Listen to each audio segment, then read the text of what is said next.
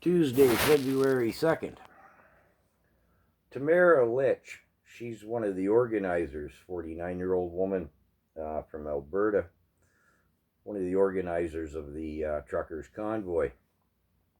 She was arrested over the weekend in Ottawa and has been held in detention. She came up on a video in front of the judge, whatever they call that, who said her continued detention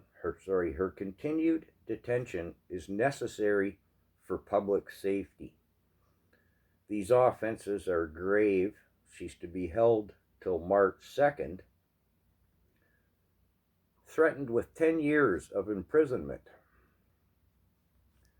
You know what she's charged with? Counseling to commit mischief. Yeah, counseling to commit mischief is her charge.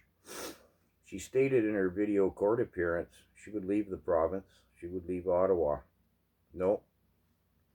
Her continued detention is necessary for public safety. These offenses are grave, threatened with 10 years imprisonment for a charge of counseling to commit mischief. Our mainstream media is where I saw this. They love it. Now I ask you, does this sound like a democracy to you? Well, I shouldn't laugh, should I? Yeah. I don't know what's going to happen in Canada. I really don't.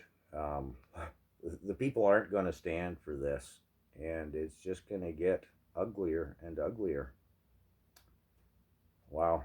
That's all I got to say.